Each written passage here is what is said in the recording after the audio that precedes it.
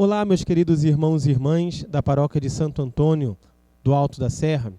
Nos encontramos mais uma vez nesse nosso momento no qual meditamos, ainda que em breves linhas, a liturgia da palavra da próxima solenidade que celebraremos juntos. E depois de termos vivido essas 4 semanas do Advento, podemos ver aqui as nossas 4 velas acesas, sinal da luz de Deus que já hoje ilumina o nosso coração. Nos aproximamos para celebrar o Natal do Senhor. E para meditar as leituras do Natal, nós temos várias escolhas, porque o Natal nos apresenta 4 formulários de missa diferentes. A missa da vigília, que deveria ser rezada até o início da noite, a partir das 3 da tarde, até então o início da noite mesmo, quando o sol já se pôs. A missa da noite, que nós também chamamos de missa do galo. A missa da aurora, que é celebrada naquele momento no qual o sol está nascendo. E a missa do dia, que é celebrada então por todo o restante do dia 25. 4 formulários de missa. E ali não podemos meditar sobre todos eles, é verdade. Por isso, vamos escolher um. E vamos escolher aquele formulário que, de certo modo, abre a celebração de Natal na grande maioria das paróquias, que é a missa da noite, a chamada missa do galo. Ali nós vamos encontrar, nessa celebração toda do Natal, uma realidade que temos que ficar muito atentos, porque celebrando o Natal, nós corremos um grande risco de ficar na superficialidade daquela festa que nós tanto amamos. Na superficialidade de ver somente uma criança num presépio, de ver algo que mexe com os nossos sentimentos, mas, se não tomarmos cuidado, não alimenta a nossa fé. A proposta da liturgia é entrar no mistério, é sair da superficialidade e aprofundar no mistério de Deus. E as leituras de hoje nos colocam exatamente dentro desse mistério de Deus. E podemos começar daquela que é a mais importante, que é o Evangelho. O Evangelho que nos narra o nascimento de nosso Senhor Jesus Cristo, tirado do capítulo 2 do Evangelho de Lucas. Ali existem 3 pequenas coisas que eu gostaria de meditar com vocês nesse momento. A primeira delas é que Lucas apresenta o nascimento de Jesus dentro do seu contexto histórico.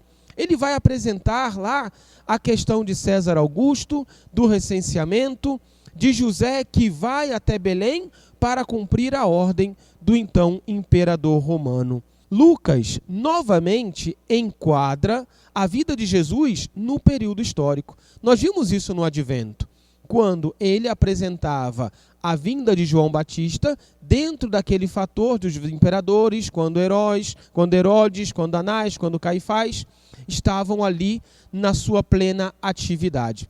E mais uma vez Lucas faz isso. E estamos diante novamente do fato de que a encarnação de Deus, o mistério de Deus, ele é real, ele acontece. Ele pode ser colocado num momento específico da história humana. A salvação de Deus, ela tem um lugar, ela tem um tempo, ela tem um rosto e ela tem um nome, que se chama Jesus Cristo. E novamente nos faz entender que o Natal não é qualquer festa, somente uma festa que anima, que move os nossos sentimentos. Não, é o mistério mais maravilhoso de Deus, que realmente, concretamente, vem ao encontro de cada um de nós. Na nossa história, no nosso tempo, Deus entra e ali nos dá a salvação que nós tanto precisamos. A segunda realidade que nós encontramos hoje está ligada à vida de José. Nós vemos no Evangelho que José vai até Belém, cumprindo a ordem normal que cada um deveria registrar-se na sua cidade. José, ele cumpre a ordem, vamos dizer assim, da autoridade civil. E ali realiza-se o mistério de Deus, porque o Messias deveria nascer em Belém. Belém significa casa do pão. O Messias deveria nascer ali. Essa era a profecia. José, cumprindo o seu cotidiano, vivendo a realidade, faz a experiência da profecia de Deus que se realiza na sua vida, mas também na vida de toda a humanidade. Meus queridos irmãos e irmãs, esse mistério é grande. Viver a realidade que nos é proposta pelo Senhor, não fugir dessa realidade. Viver aquilo que o Senhor nos propõe é o lugar ideal, perfeito, adequado para que a graça dele, para que a promessa dele, para que a força dele aconteça na nossa vida. José nos dá um exemplo muito claro disso, vivendo aquilo que lhe era próprio, não dobrando a realidade ao seu gosto, mas vivendo aquilo que lhe era próprio. José cumpre o desígnio de Deus. Assim também é para você, assim também é para mim. Vivendo aquilo que Deus nos pede, hoje cumprimos o seu desígnio. E Deus sempre nos indica qual o caminho nós devemos seguir. Por isso, olhando José, a segunda coisa que somos chamados a meditar nessas leituras é isso. Um homem que cumpriu a profecia de Deus, vivendo aquilo que Deus lhe pedia no seu cotidiano, na sua realidade mais concreta. E chegamos ao último ponto daquilo que eu gostaria de meditar com vocês nesse momento. Ainda dentro do Evangelho, nós temos o encontro dos pastores com os anjos. Os pastores estavam na montanha, também eles vivendo a realidade própria, também eles cumprindo aquilo que era a vida deles. E ali aparecem os anjos. Os anjos que revelam o grande mistério daquela noite para os pastores. Imaginem quantas pessoas existiam ali em Belém naquele momento. E aqueles pastores, Deus quis manifestar-se.